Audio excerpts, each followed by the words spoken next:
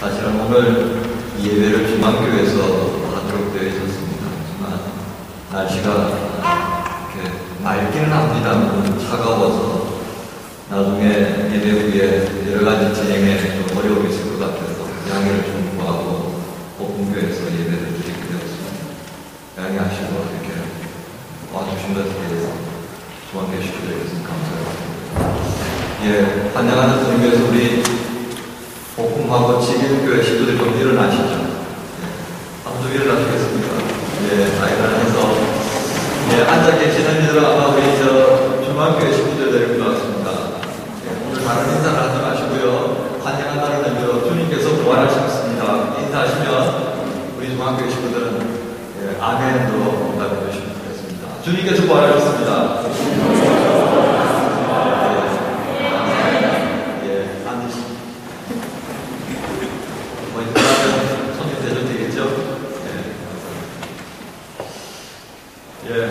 여러분 말씀을 읽었습니다만 우리 장로님께서 읽으셨던 것이 개역 성경입니다. 좀 익숙하지 않죠?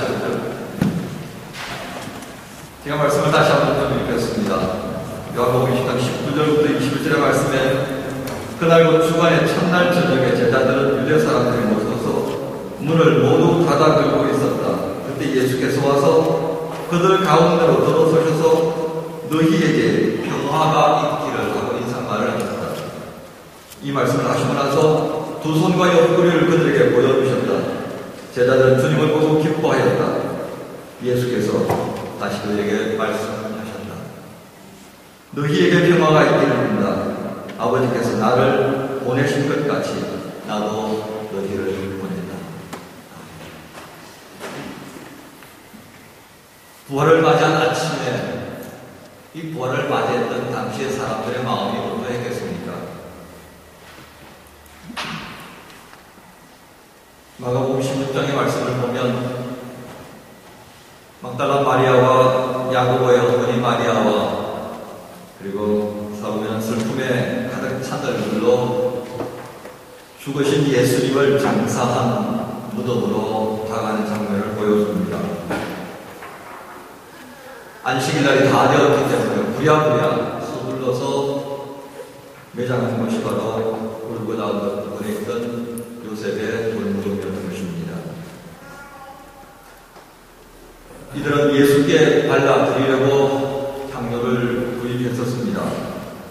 그것을 손에 들고 무덤을 올라 예수님께서 묻혀 계시는 돌무덤을 향해 한 걸음씩 발걸음을 옮겼던 것입니다.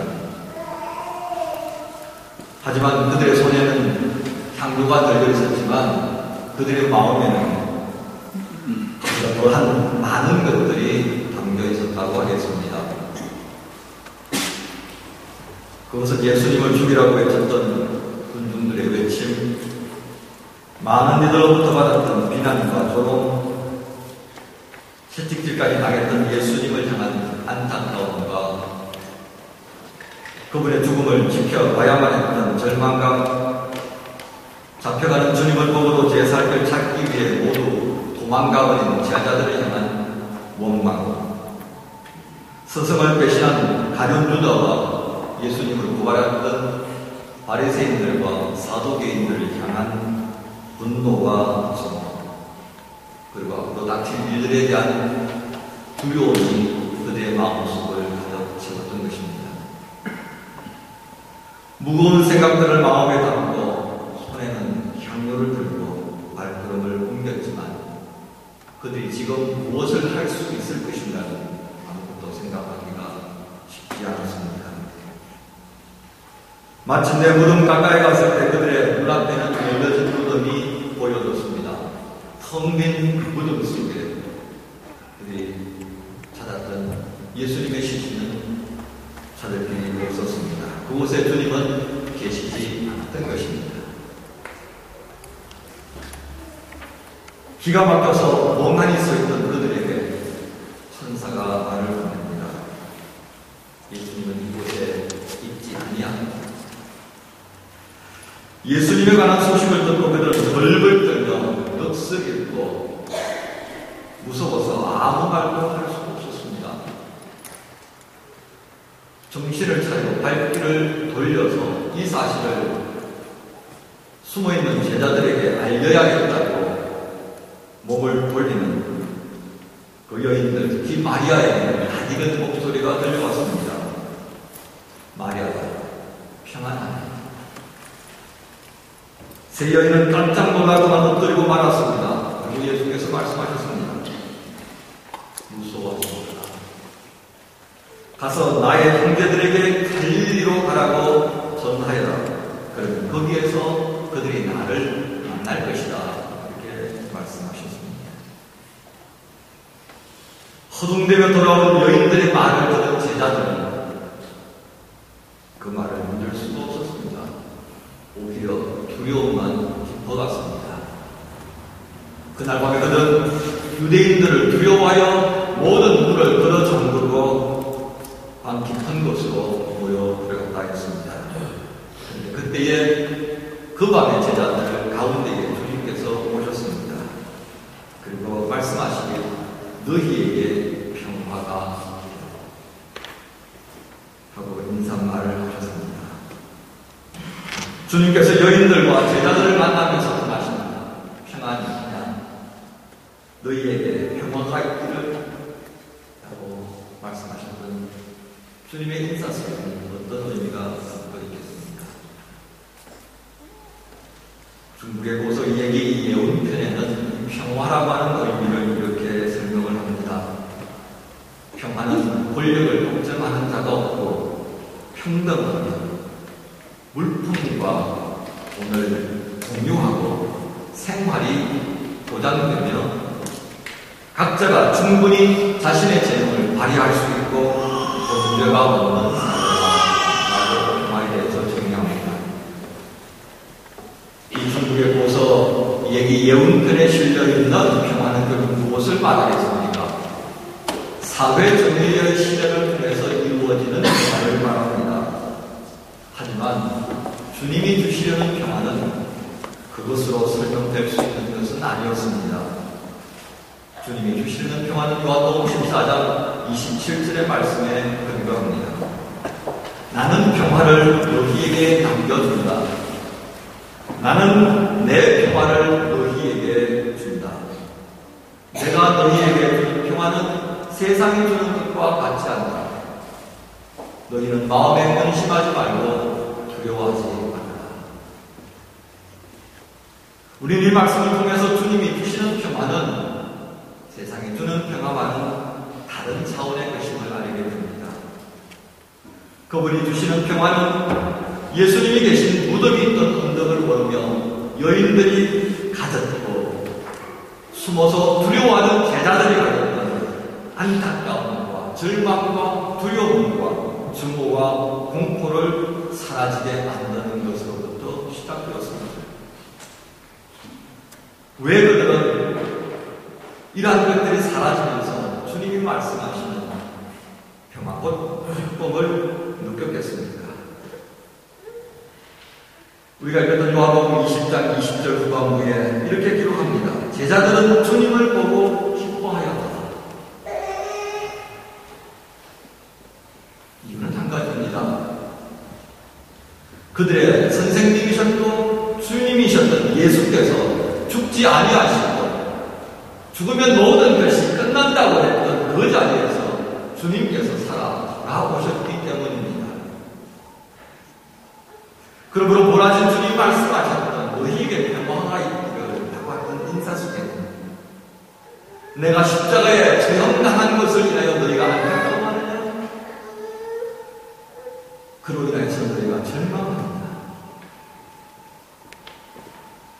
나를 죽도록 내버려두고 고발했던 이들로 인한 원망과 증오심이 생겼느냐? 미움과 분쟁과 살인의 마음이 너희 속을 채웠느냐? 하지만 나는 영원히 죽지 않았다. 나는 살아난다. 이로써 너희가 가진 무겁고 두려운 마음으로부터 자유해야 한다. 그렇게 할 수 있겠느냐? 모르시는 말씀이 담겨 있는 것입니다. 불가능하다고 여겼던 일이 주님으로 인해 성취되었고 확인되었습니다.